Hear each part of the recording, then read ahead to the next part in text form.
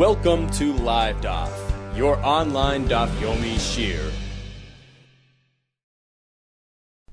Shalom Aleichem and welcome back to today's Daf Yomi, which is Eruvin Daf Tes Zayin.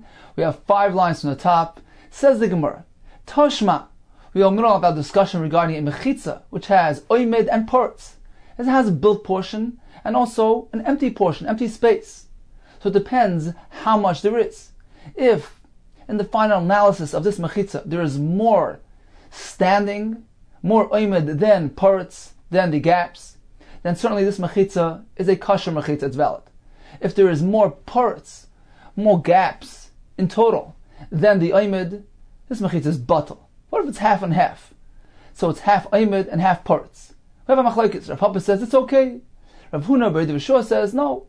The area, since it isn't mostly enclosed, it's only half enclosed, that's not considered to be a contained area. This mechitza is possible.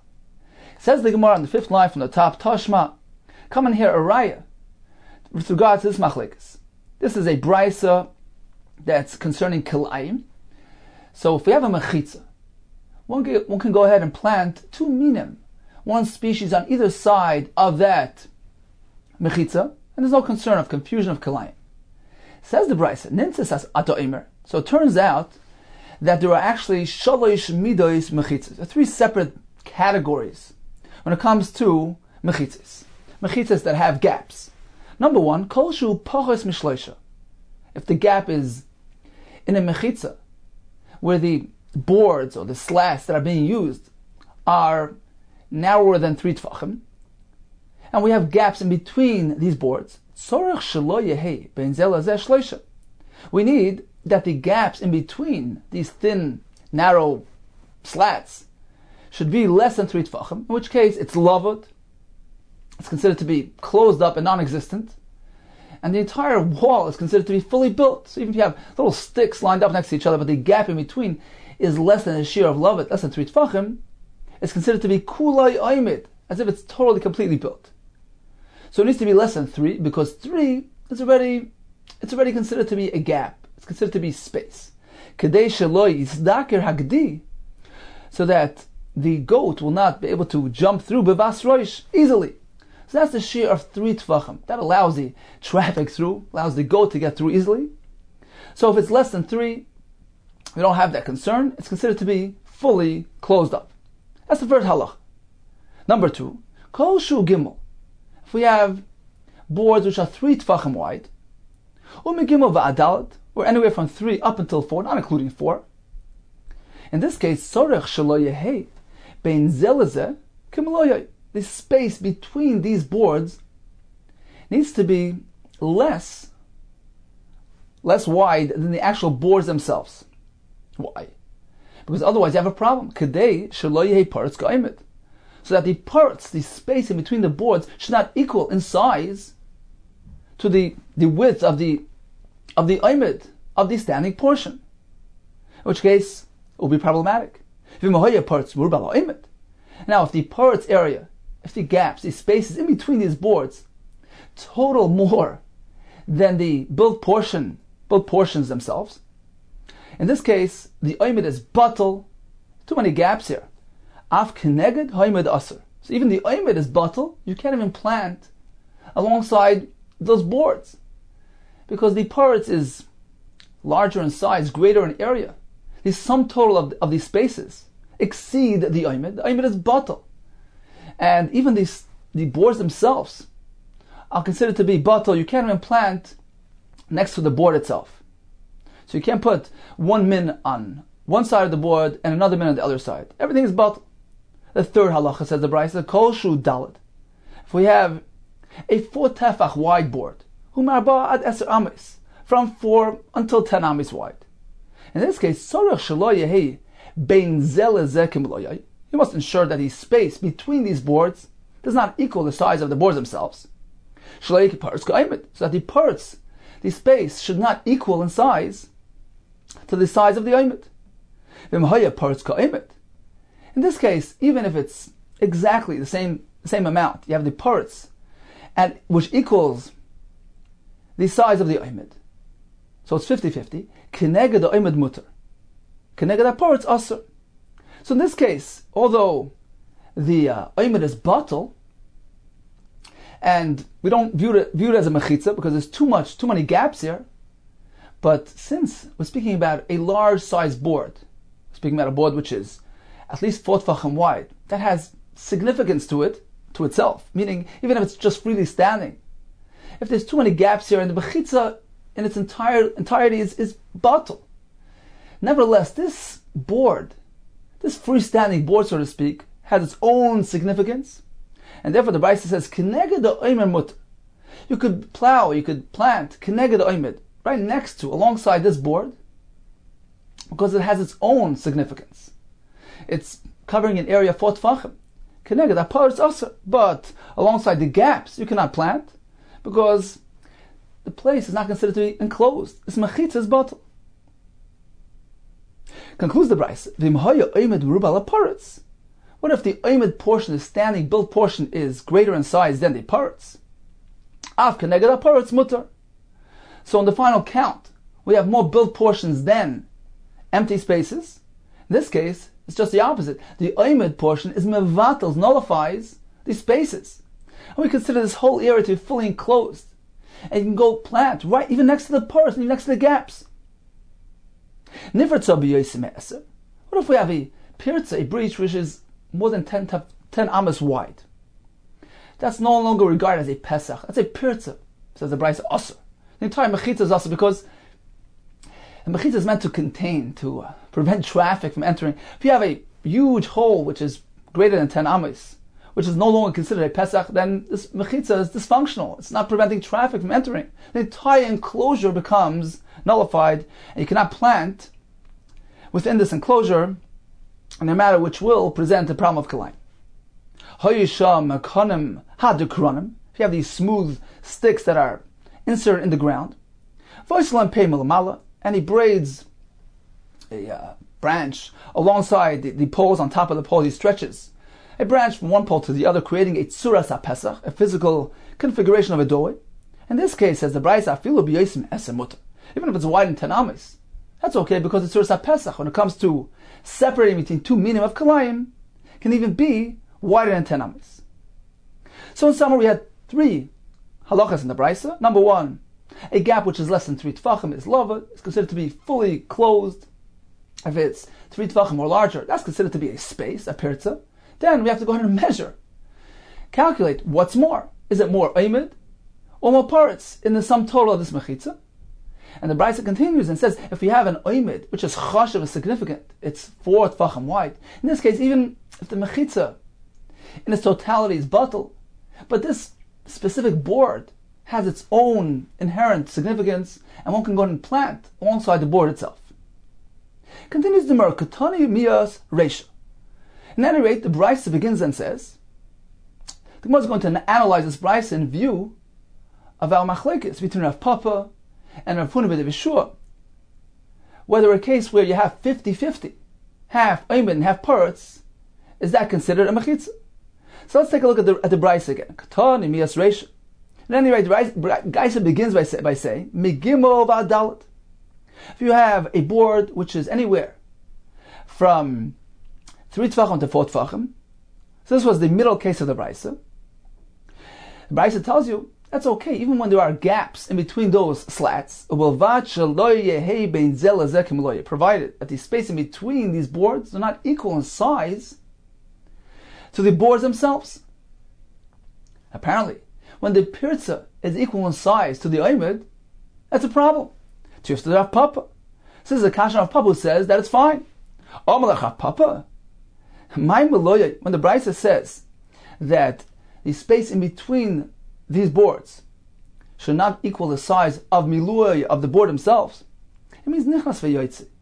There's enough space to put that board in and out, meaning enough wiggle room. There's a little space to breathe to put the board in and out, which actually means that the space is larger than the board itself. In which case, the gap in between the two boards is actually larger in size than the board next to it. So it's not equal. It's not paretz ki'oimid. It's paretz merubah la'oimid, and that's why it's a problem.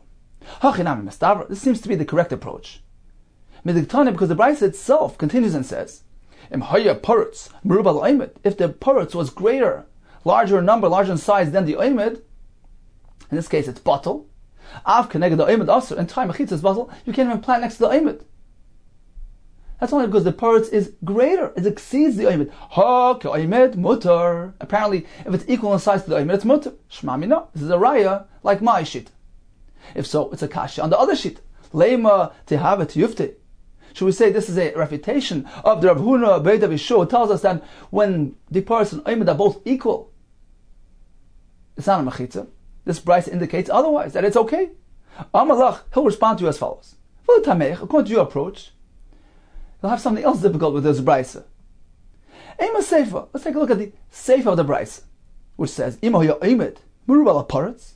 If the oimid portion was larger and greater than the parutz, av keneged that parutz mutter. In this case, the parutz is batal to the oimid. The entire area is fully enclosed. You can even plant next to the parutz. Apparently, it's only because the oimid exceeds the parutz. Ha ke parutz. What if both amounts are equal? The oimid and the parutz both encompass the same amount of space. Awesome. So you see 50-50 is no good. So the brisa here implies like my shit. Okay, so sum total, we have a problem. The seifa is kasher of papa. The last part of the brisa, which indicates that 50-50 is no good, is a kasher of papa, who says it is good. Whereas reisha, which indicates that's only because the parutz is meruba is a problem, but 50-50 is fine, that's a kasher. Who says that it's not fine. Says Gemara, each shita will answer the brisa according to his opinion. Seifa of papa like kasher. The last part of the brisa, which says that when it's oimid meruba, it's okay, indicating that it's 50-50, it's no good. That won't be a kasha to Rav Papa. Because the phrase that the brisa is employing in the seifa is merely in contrast to the phrase that he used in the reisha, but it's not really precise, it's not really trying to tell you that halacha. He's merely grabbing that phrase in contrast to the reisha. I did this on a reisha, on account of the fact that the brisa began by saying parutz meruba ala oimid is no good, because 50-50 is good. So on account of that phrase, the brisa merely picked an opposing phrase in contrast to the phrase in the reisha, where parutz is meruba and it's no good. Tana Seifa, the Seifa used a similar phrase, just in the opposite. Oimid meruba ala parutz. If the oimid is greater, then it is good. But certainly, even if it would be 50-50, it would be just fine. Says the Gemara, the same thing regarding the other sheet. Reisha, Rav Huna Beit Avishur like kasha. The reisha, which indicates that the problem only begins when it's more parutz than oimid. Apparently, if it's 50-50, it's fine. Which seems to be in contrast to Rav Huna Beit Avishur. Says the Gemara, not necessarily. That's not a kasha. The same idea. The more precise phrase is in the seifa. The phrase in the reisha merely is being employed in contrast to the phrase in the seifa, but it's not really precise.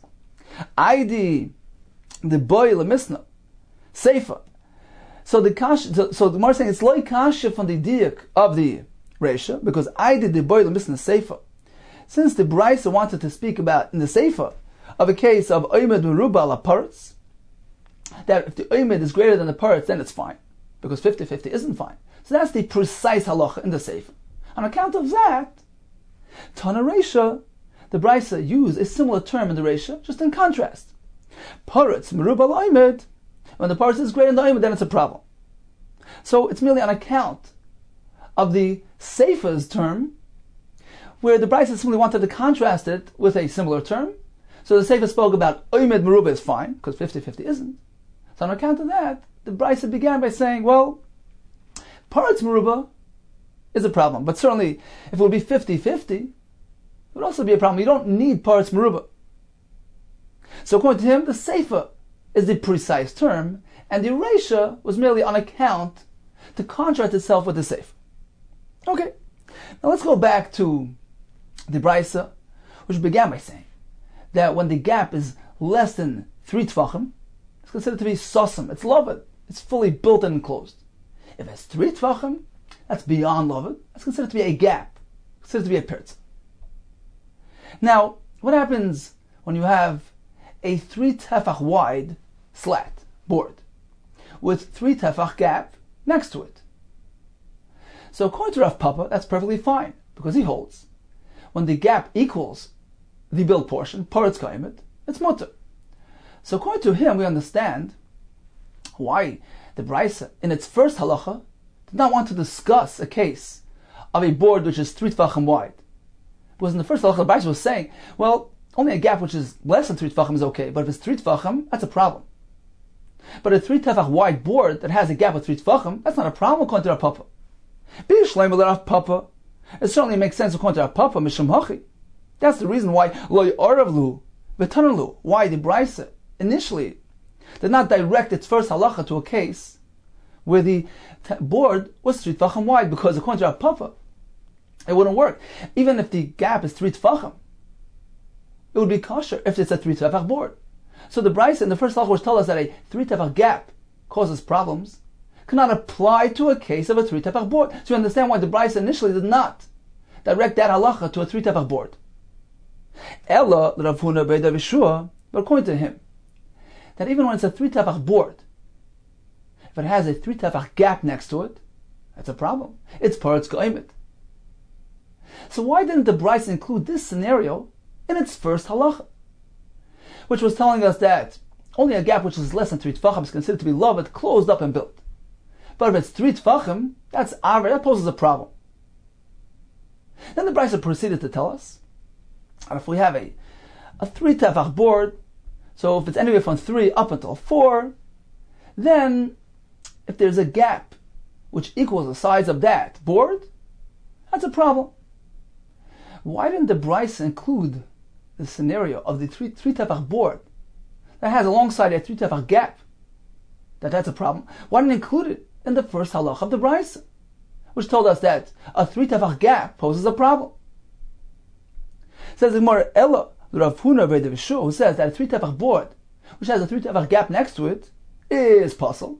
Why didn't the Brisa include this case in the first concept, in the first scenario, in the first category of the Brisa, that a 3 tefach gap poses a problem? The Brisa should have said, when you have a slat, a board which is less than 3 tefach wide, even if it's 3 tefachim wide,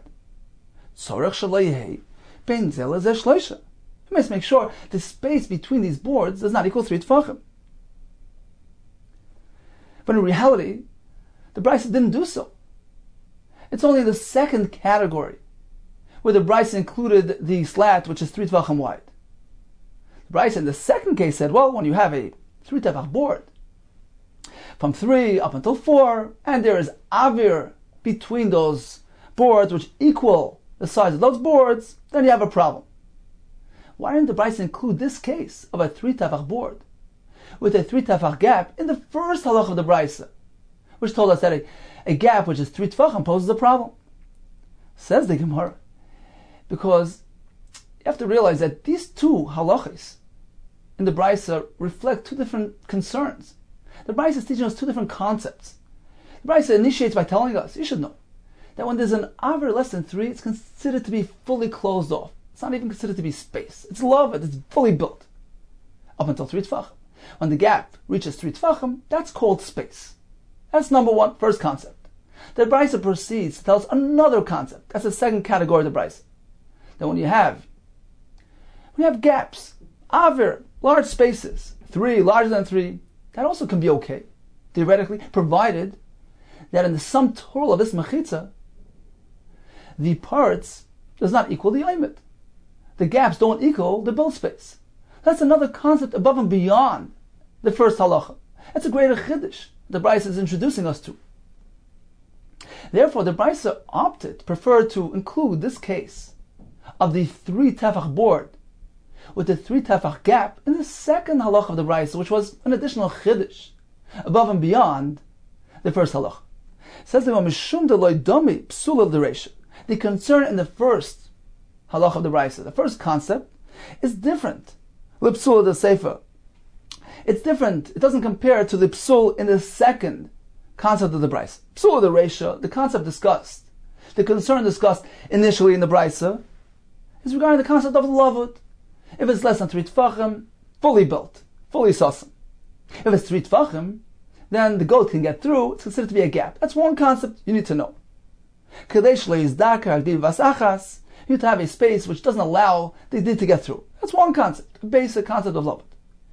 Whereas the second concept being introduced by the Brisa, Psula the Seifa, is telling us a chiddush. Even when you have a gap, your mechitza could be kosher, provided shelo yehi paretz ka'omed, that the pirtza, the gap, should not equal in size to the omed. That's an additional chiddush above and beyond the basic first concept told us by the Brisa. Therefore, the Brisa opted and preferred to include this case of the 3 tefach board, which features a 3 tefach gap next to it, in the second category of the Brisa, which teaches us that the concept there is, because the purse is equal to the omed, you have a problem. That's an additional chiddush above and beyond the first halacha, and therefore the Brisa included this case in the second halacha. Continues the Gemara, so we spoke about the halacha of Lavut. If it's less than 3, it's not reckoned with. Once the gap is 3 tefachim, that's a shiur chashav, a prominent number, a prominent amount, and that's considered to be a space. Pachas mishloisha mani. Whose shita is reflected here? That less than 3 is not significant, it's considered to be closed up, but 3, that's already a shiur chashav. Who is the shita? Rabbanani. The amri pachas mishloisha amri in lavud. When something is less than 3, it's not reckoned with, we consider it to be fully closed off. Shloisha, once you get to 3, that's a prominent number. Lo yamrin in lavud. If that's the case, let's proceed along the Brisa. Ema seifa. What does the Brisa say? Kol shu shloisha. We have a 3 tefach board, from 3 up until 4, not including 4. What do we say? That even if there are many gaps, that since, in a case where there are many gaps, there's parts that are being mevatel the omed, then everything is batel, and you can't even plant alongside the omed. Everything is gone. The omed is batel to the parts. But the Brisa proceeds in the third case there, if we have a large board, which is 4 tefachim wide, that's considered to be a significantly sized board. It's 4 tefachim. In which case, even if the entire mechita is batel, you can still plant alongside that board. Because that freestanding board, so to speak, holds its own ground. Because 4 tefachim, number 4, that's chashav. That seems to be incompatible with the Rabbanon, who established number 3 as the chashav number, not number 4. Says the Gemara, this appears to be following Rav Shimon Gamliel, who sets 4 as the important number. The Amar Pachas Ma'arba Lavut. Whenever we have a gap less than 4, if it hasn't yet reached 4, it's Lavut, it's closed off. Because only 4 is considered to be prominent. The Rabbanon, because if we're following Rabbanon, what do you mean Mishloisha V'ad Arba? If the board is anywhere from 3 to 4, not including 4, it can be batel, but if it's 4, then it's chashav. What do you mean? Shloisha v'arba chadu. 3 and 4 are the same according to Rabban. Once you reach 3, that's a prominent number. That's a large-sized board. It's 3. Because they consider 3 to be important. So 3 and 4 are the same. How could the Brisa split between 3 that's not important and 4 that's important? So apparently this is following another shita that holds 4 to be important. Amar Abaye. No. It's all following the Rabban. With the Reish Rabbanon, just as the Reish is Rabbanon, apparently Seifa Nami Rabbanon.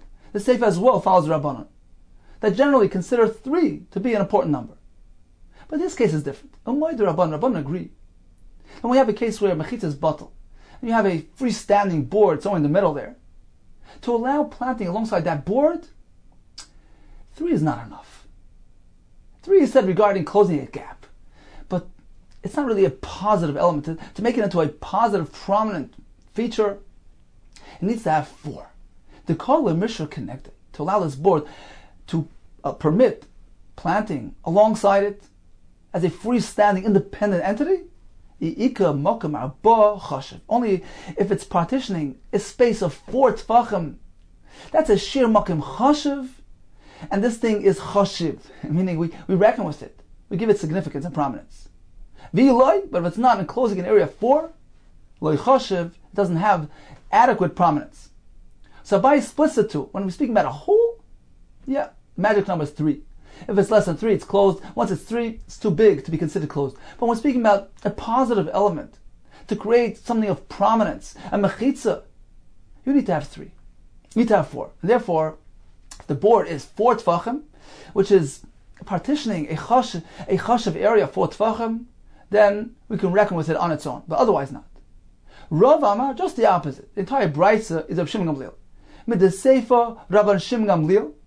Apparently, since the second part of the Brisa, which sets the number of chashivas at 4, the freestanding board needs to be 4, is Rav Shimon Gamliel's shita, who considers 4 to be chashiv. Reisha Nami, Rav Shimon Gamliel. Apparently, the Reisha as well, discussing holes, and sets the number at 3, is actually his shita as well. How? V'chi Amar Rav Shimon Gamliel Amrina Lavud. When does he hold that Lavud is up until 4 tefachim? Anything less than 4 is not reckoned with. That's only when you have a hole suspended up in the air. For instance, a case where the kaira up on top wasn't reaching the wall. So it's not down on the ground. If it's less than 4 tefachim, it's considered to be one and connected. Avalamata.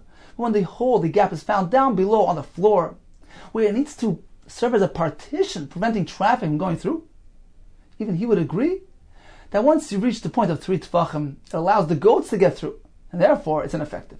It's like a mechitza like doyim. Goats jump right through. We can't apply lavud.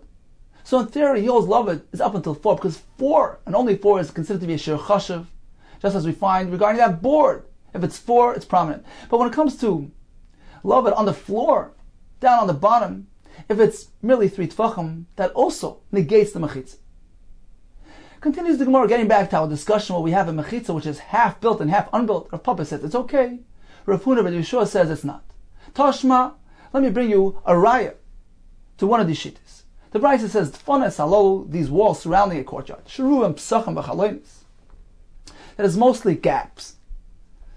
Entranceways, psachim, chalonis, windows, full of holes. Mutter, it's okay. Provided it's mostly built. How are these two things compatible? Sherubim salkadaitach? You think we're speaking about mostly gapped? If it's mostly psachim chalanis, how can you proceed and say, well, it's mostly oimid? It's either one or the other. Ella rather, sharibu behem psachim chalanis. The Bryce is saying he increased, he fashioned numerous a riboy of entranceways and windows. Mutter, that could be mutter. Ubaval shehei oimid merubal parts. Provide that in the sum total of things, and upon analysis, there is more built and unbuilt. Says the Gemara, apparently, if it's not more oimid, rather it is equal to parrots, 50-50, it's no good. Tiyufta Rav Papa. This will be a kasha Rav Papa, who says that it's fine. Says the Gemara, indeed, tiyufta, it's a refutation. And the halacha follows Rav Papa that it's fine. Says the Gemara, what do you mean? Tiyufta v'hilchasa? First you refute, and then you say, we follow that shita? Yes. Mishum de daika masnisen kavasei. Although this brisa seems to be inconsistent with Papa, but our Mishnah on Daf Tezvav, the wording in our Mishnah indicates Rav Papa's halacha, because the Mishnah there is speaking about the caravan which are surrounding themselves with animal accessories to make a mechitza. The Mishnah tells you the Mishnah tells us lo yehu pirtzei siser salabinyan. If you have these gaps, make sure that the amount of the pirza doesn't surpass and exceed the binyan. That implies, binyan, if the pirza is equal in size to the binyan, it's fine, mutter. So apparently, 50-50 is fine, just like Rav Papa's shita. So in summary, we had a brisa that taught us. Number one, if a gap is less than 3 tefachim, that's not considered to be a gap, that's sasim. The brisa discussed using sticks, which are anywhere up until 3 tefachim, full of gaps and holes. So if it's less than 3 tefachim, those gaps are sasim. And it's considered to be fully standing because a gap which is less than 3 does not have a din of space. The Brisa proceeded to talk about a 3 tefach wide board, from anywhere from 3 to 4 tefachim, not including 4 tefachim, and there's a pirza in between them, which equals the size of those slats. That has a din of a pirza. So if the parrot's area is greater in number, greater in size than the oimid, the whole thing is batal. Even alongside the oimid, you cannot plant because everything is batal to the gaps. Whereas if you have a board which is 4 tefachim wide, which has prominence and chashivas, and there's a gap in between those boards which equal in size to those boards, that's called a pirza. And if you have more pirza in sum total than the oimid, the entire thing is batal. But since those boards are large sized boards, you can go ahead and plant alongside those freestanding boards. Whose opinion is reflected in this brisa? Says Abaye. It's reflecting the Rabbanan, who hold that 3 is a number which is chashiv. Therefore, a gap less than 3 is lavud. But when it comes to the freestanding board, that needs to encompass a makom chashiv, needs to be 4 tefachim wide. Rabbi says just the opposite. From the halacha of the freestanding board, which needs to be 4 tefachim, it appears we're following Shimon Gamliel, who considers 4 to be a prominent number. But when it comes to lavud down on the ground, this gap, which is right near the floor, he agrees it would only work if it's less than 3 tefachim.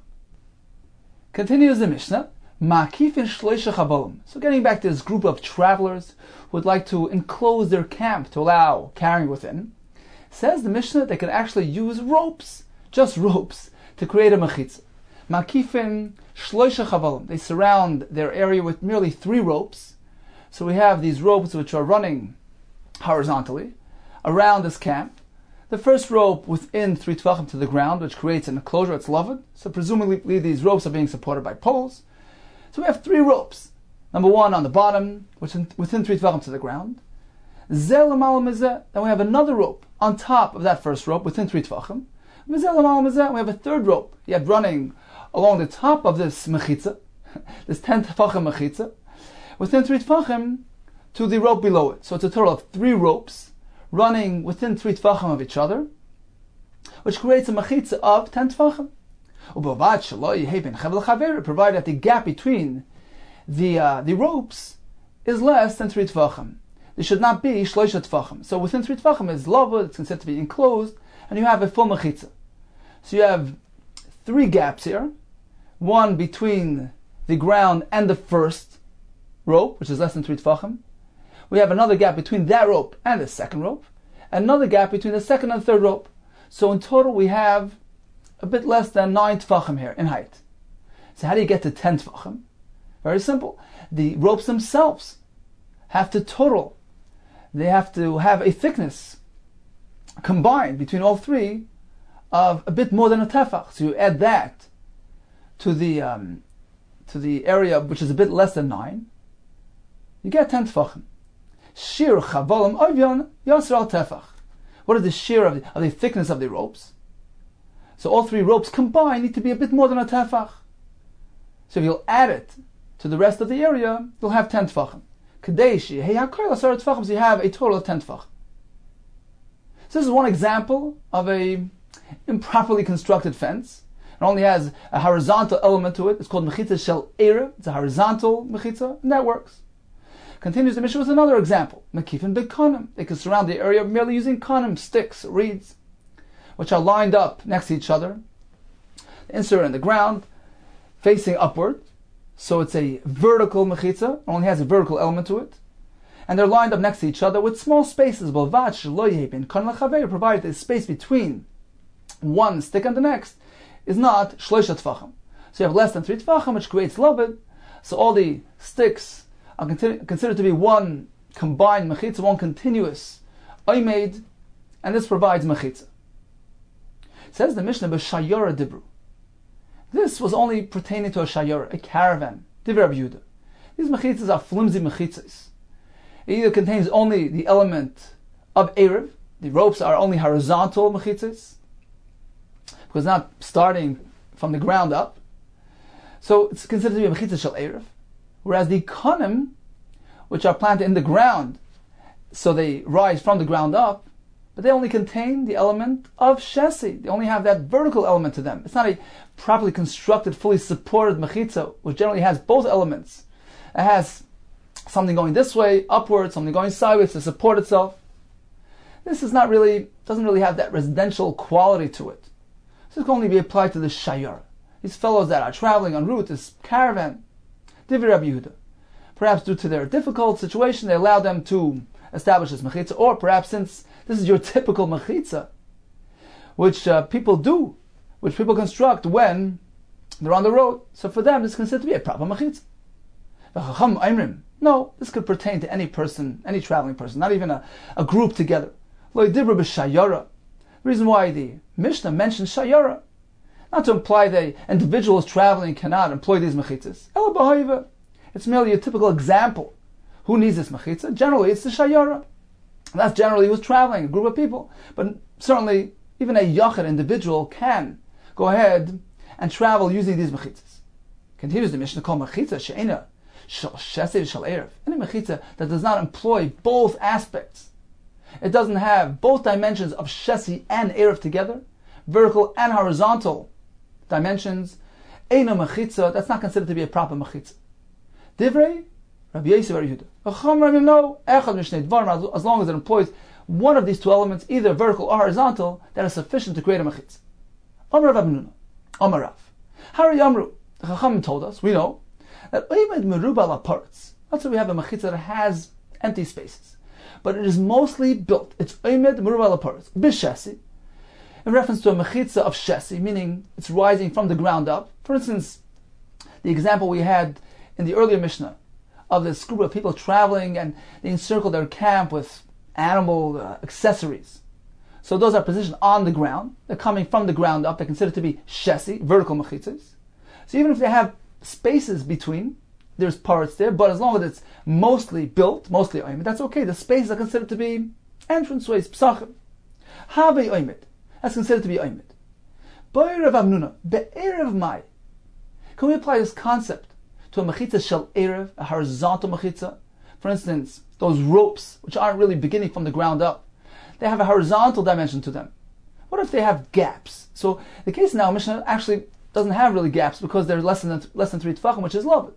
What if we have real parts, we have spaces larger than 3 tefachim within that mechitza shel erev, that horizontal mechitza? Perhaps here, since it's not really starting from the ground up, so those gaps in there are not considered to be doorways, entranceways, they're just holes in the wall. Do we employ this concept there as well? Do we say, well, if in the final analysis of things the sum total of the oimed exceeds the parts, that's okay? Or do we say, if there's a parts in there, if there's a gap greater than 4, greater than 3, it is mevatel the mechitza. Be'erev mai. Amar Abaye Tashma, listen to the raya from our Mishnah. The Mishnah tells us that you string 3 ropes, one on top of the other, and the space in between those ropes is less than 3 tefachim. The ropes themselves, combined, need to have a thickness of a bit more than a tefach. So we work out a mechitza of 10 tefachim in total. Between the ropes and the gaps, we have 10 tefach. Shiur chavolam v'oivyon, what is the actual thickness of those ropes? Yosar tefach, a bit more than a tefach. Shiur koil asar tefachim, because when you combine it with those gaps, each one being less than 3, for a total of a bit less than 9, plus this tefach and a bit of the ropes themselves, you have 10 tefach. V'isa. Now if you maintain that even when there is parts, when there are gaps, when there are real spaces in this type of mechitza shel erev, that's okay, as long as the sum total of the oimed exceeds the parts. So why do we need the ropes to have that thickness combined of a tefach and more? Lama li yasser al tefach. Why can't he construct his rope mechitza using thin ropes? As follows: Li abed pachas mishloisha v'chevel mashu. Let him take a chevel mashu, a thin rope, and run it within 3 tefachim to the ground. So that closes that off. Then upachos mishloisha v'chevel mashu. Take another chevel mashu, a thin rope. Place it within 3 tefachim of the first rope. So now you have a total of 6 tefachim of your mechitza. So most of this mechitza is oimed. Now you don't need any more. Upachos marbo v'chevel mashu. Take the next thin rope and string it 3 tefachim within 4 tefachim, which is beyond loved, of that second rope. So it's considered to be a perza, but it shouldn't pose a problem because in the total analysis of this mechitza, it's mostly oimed. The first 6 has been closed off through loved. So that should be mevatel, the perza, which is above them. So why does the Mishnah require a thick rope in order to get that configuration and have only a little less than 3 tefachim between each rope to create a complete mechitza with 3 lovuts working combined? You don't need 3 lovuts. As long as you have the first 2 sections are lovut, that provides 10 tefachim, 6 tefachim, which is the majority of the oimed. Oimed, the berurah parts, should be considered to be fully built. Apparently, you don't employ this concept of oimed merubah lapart by mechitza shel erev. So if you have this gap which is larger than loved, up on top of that mechitza, it's more than 3 tefachim, it's mevatel the mechitza. So it's a right to Rav Nuna's question. Says the Gemara, not so quick. V'tizbra. Can you really think that this would work? Meaning, aside from Rav Nuna's question, this case it will involve other difficulties. There are other concerns here which will prevent it from working. Let's analyze. This large gap, 4 tefachim, a little bit less than 4 tefachim.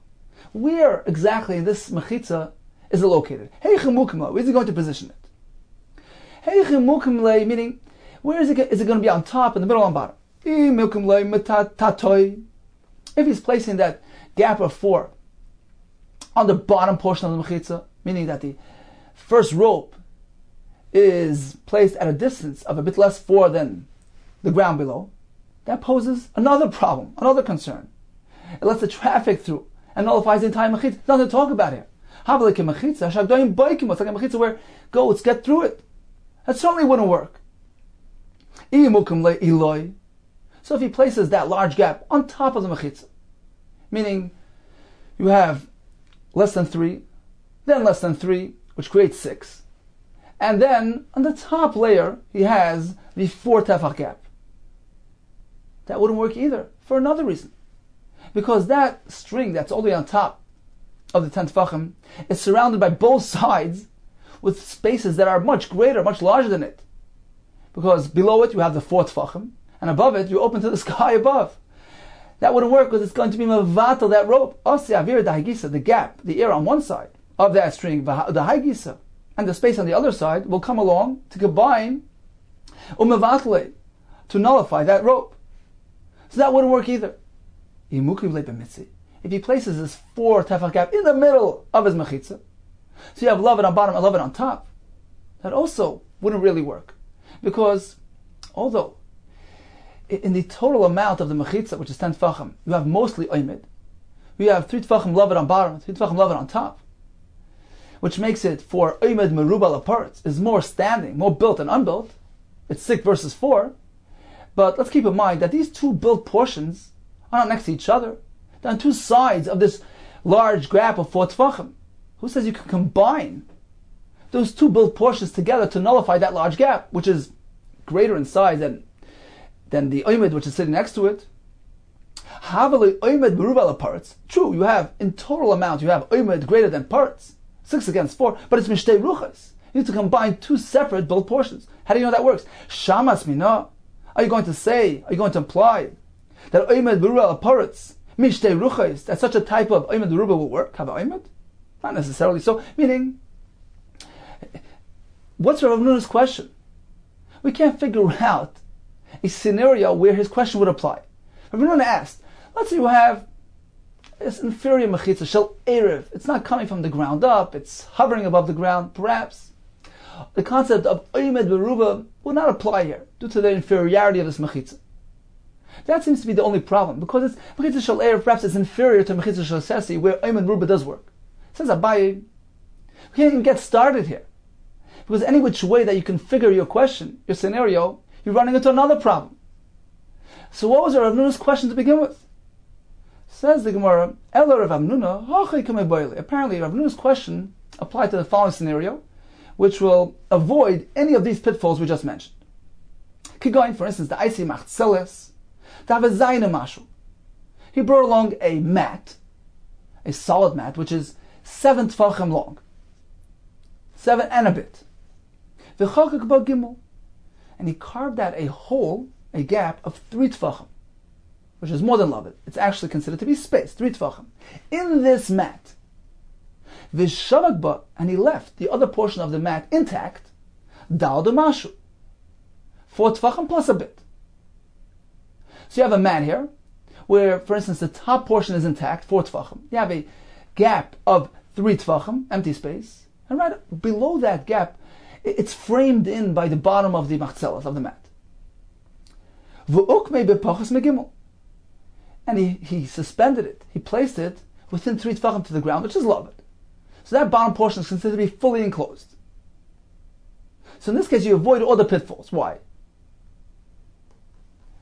Because the bottom portion doesn't allow goats through. It's fully enclosed, it's lavet. The top portion, which is intact, is greater in size than the gap below it, which is only 3 tefachim. So that won't become nullified. And the intact portion here is one continuous oimid. You don't need to combine 2 oimids. So you addressed all your concerns. The question remains, Rav Huna's question. When we have a mechitza shel erev, such as this one, because it's not coming from the ground up, it's hovering above the ground, it's considered to be a horizontal mechitza, which is mostly oimed. Do we say that oimed merubal apartz works in this case or not? Rav Ashi Amar, the question of Rav Huna pertains to the following scenario. Mechitza tluye boile. This question pertains to a hanging mechitza. You have a mechitza of 10 tfachim. The problem is, it's not reaching the ground below. It's suspended above the ground, 3 tfachim above the ground. Does that work? As Rav Tavla, Rabbi Tavla asked Rav, mechitza tluya? A suspended mechitza. Can allow carrying and in chorva ruins. This is a typical example, a typical case where you have incomplete mechitzas which are coming from above but not reaching the ground below. Does that work? Amalei, he told him no. Ein mechitza tluya materes el b'mayim. This type of hovering mechitza will only be effective when it comes to water. When you're trying to enclose an area of water to allow drawing from within it, Chacham said this type of mechitza can work there. It's not a traveled area. It's not a dry ground. It separates the water within from the water outside of it. Kalu shekilu chacham b'mayim. That's a special leniency that chacham applied to water. But on dry land, the mechitza is only effective if it stretches down and reaches the ground below. So in summary, Rav Huna had a question whether the concept of oimed berubal apartz will apply to mechitza shel erev, this horizontal hovering mechitza. The Gemara presented 2 scenarios where this question could apply, either this mat or the mechitza tluya. On the first question, the Gemara didn't seem to really resolve it. Regarding the mechitza tluya, the Gemara did seem to resolve it that it will not work if it's on dry land. Continues the Gemara, ma'akifim b'kanam b'chul. So Rav Yehuda tells us in the Mishnah that this type of incomplete mechitzas, which only contain one of 2 elements, either only vertical or only horizontal, that's not considered to be a proper mechitza. That doesn't really have a residential quality to it. And Rav Yehuda tells us this will only apply to shayara, a group of people, 3 people, a caravan traveling. But shayara in b'yachad loy, it won't apply to an individual. He can't use this. V'atanya, having in the Brayis Rabbi Doimer, kol mechitzas Shabbos, all these types of incomplete, improperly constructed mechitzas, when it comes to Shabbos, lo yitiru leyachad yois meisasayim. They did not allow an individual to make use of this type of mechitza unless he's enclosing a small enough area. It can't be larger than 2 saw, a place where you plant 2 saw of seeds, so it's 100 amos by 50, which equals the shiur of the chotzer hamishkan, courtyard around the mishkan, which in itself was not really a residentially enclosed area. So these non-residential mechitzas can only effect and make a contained area if the place is small enough in size, which is considered to be appropriate for personal use, thereby making these mechitzas effective and turning into shayach. But if it's too large an area, using these improperly constructed mechitzas for a large area, that gives the impression of a non-residential enclosure. It looks like it resembles an open area, a field, a forest, which is considered a calmless from Rabbanim. But nevertheless, we see that a yachad can employ these mechitzas, provided that it's a small enough area. How is this compatible with the indication, with the words in our Mishnah, that it can only be used for shayara? Says the Gemara, even Rabbi Yehuda agrees that a yachid can use it. The question is, how large an area is enclosing? Could the Omer of Nachman, as Rav Nachman said, V'itema, some say it was Rav Abaye.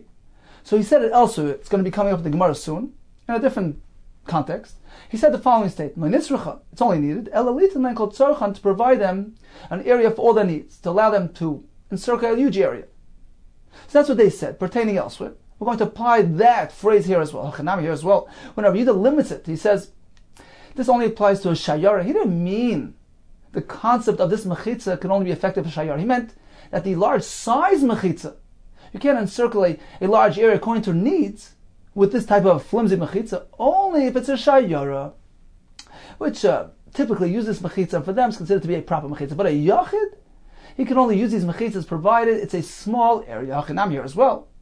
When we speak about the yachid not having the same privilege as the shayara, it's literally called tzarchan. It's regarding allowing them an area according to their needs. That only applies to shayara, not a yachid. Says, well, where was that phrase said? Heicha itmar, Rav Nachman. V'itema, some say, Abaye. Where did they employ that phrase of litin kol tzarchan? Aha, on this, it's not a went in the Mishnah. Kol mechitza she'ena shal shesiv le'erev. Any mechitza does not contain both elements, vertical and horizontal. Eina mechitza. That's not considered to be a mechitza. Divrei Rabbi Yosef Rabbi Yehuda. Is that so? Umi Amar Rabbi Yosef Rabbi Yehuda Hachi? That this mechitza is ineffective. V'atani, we learned in a brayso. Echad yachid v'echad shayar l'chaval. An individual or a caravan can both use a mechitza of ropes. The only difference is the size that they're enclosing. Uma b'yachad shayar. What is the difference between an individual and a group? Yachid noisnoi beis saim. We grant an individual an area of 2 sa. No more than that. Shnayim, the same thing. Noislan beis saim. Gimel nasu shayar. They become a caravan. V'noislan beis sheish. We give them a total of 6, allotting 2 per person. So it's very clear that he agrees you can use this type of mechitza, which is a steer to our Mishnah, where he seems to be saying you cannot. Let's first finish the brayso. They say even this vertical or horizontal mechitza is considered to be a properly constructed mechitza. It's considered to be a residential enclosure, and therefore there's no limits. Echad yachad, echad shayara, whether a yachad or a group, noislim kol tzarcham, without them to enclose even a large area according to their needs. Base sosayim pana, provided they don't leave a vacant area, which they don't need. A large area of base sosayim, which is unneeded, which turns this whole enclosure into a non-residential enclosure. But otherwise, if they need the area, might be my guest. Go ahead and encircle a huge area. But in any case, getting back to Rabbi Yehuda, here in the brayso he says, anybody can use a mechitza, provided it's small enough in size. Whereas in the Mishnah he says, you cannot. On that we have the teretz. Amar Rav Nachman. V'yitema, some say, even he agrees this mechitza is effective, depending on how large it is. Lo nitzrucha. This that he said in the Mishnah that this mechitza is ineffective, he didn't mean in principle. He meant he meant to say you can't grant this person a huge area according to his needs, only if it's beis hasayim more or less. So in summary, we have 3 shittas here regarding this incomplete mechitza of either shesi or eruv. Eruvin maintains a yachad can use an enclosure of beis hasayim. When it comes to shayara, we grant them as much as they need. Rabbi Yosef says whether it's a yachad or a shayara, it only has beis hasayim. A shayara, 3 people, can have 2 sa per person. According to Rabbanan, they consider this to be proper mechitza. Whether a yachad or a shayara, we grant him as much as he or they need. Continues the Gemara regarding the conclusion halacha l'mais.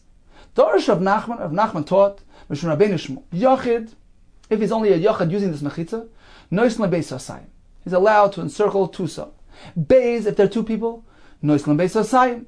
Gimel nasa shayara, they become a caravan. V'noislan beis sheish, they can have 6, 2 per person. So this is in accordance with Rabbi Yosef Rabbi Yehuda's sheet. So they asked him, Shavas Rabbanan, you've abandoned the Rabbanan, va'avdas, and you've done Rabbi Yosef Rabbi Yehuda? How could you do that? Hadar ukim Rav Nachman, amoyr alei. Rav Nachman repositioned his announcer, who would announce his words to the public, B'darash, and he announced as follows: Dvarim shamartu l'fneichem, the words that I've presented before you, tois and biyadi, a mistake. Baram, rather, kach amru, this is what the Chacham said. Yachid, if it's only individual, noislan beis hasayim, he's granted 2 sa. Shnayim, 2 people, noislan beis hasayim, they have a total of 2 sa. So this seems to be consistent with Rabbi Yehuda. Then he proceeded. Shloisha, if there are 3 people, nasa shayara, they become a caravan. But noislan kol tzarchan, we grant them as much as they need. This seems to be found in the Rabbanan Shita. Says Reisha, the first part, is a Rabbi Yehuda, who limits it at 2 sa. The Seifa on the second part is the Rabbanan. Says yes. The reason why, in the beginning, when it comes to 1 or 2 people, he said you're limited to 2 sa, is because there are 2 shittas that hold that way. Rabbi Yosef Yehuda, and also the father of Rabbi Yosef Yehuda was Rabbi Yehuda. Yes, mishum dekoya vuha b'shitze, because his father also agrees to his opinion. So we have 2 shittas that hold that they're limited at 2 sa. Therefore, when it comes to 1 or 2 people, he followed that opinion, they're limited at 2 sa. When it comes to the shayar, which is a rabbim, in this case, there are no 2 shittas that are limited to 2 sa. Rather, Rabbi Yehuda and the Rabbanan both hold that they're given as much as they need. Therefore, he concluded accordingly. So in conclusion, we have those 3 shittas. Rabbi Yehuda says a yachid gets 2 sa, a rabbim, a shayara, gets as much as they need. Rabbi Yehuda says a yachid gets beis hasayim, a shayara gets 2 sa per person. Rabbanan say, whether a yachid or a shayara, we grant them as much as they need. Rav Nachman made a compromise. When it comes to a yachid, he says 2 sa. When it comes to a shayara, as much as they need. Okay, time for a brief review of today's daf. The Gemara began by giving us concepts of mechitzos. There's a gap less than 3 tefachim. It's considered to be fully built. If the gap is 3 or more, that's considered to be a space, a pirza. So if the pirza area equals an area greater than the oimid, that mechitza is batal. You can't even plant next to the oimid. But if the oimid portion, the standing portion, is 4 tefachim or greater, that's considered to be prominent and significant, and you can plant alongside that standing portion. The more discussed the mechitza, which is comprised of one of two elements, either vertical or horizontal. Rav Hamnuna asked the question whether, when it comes to a vertical mechitza, can you apply the concept of oimed de berubal aparetz, that it's sufficient if it's mostly built? Does that work or not?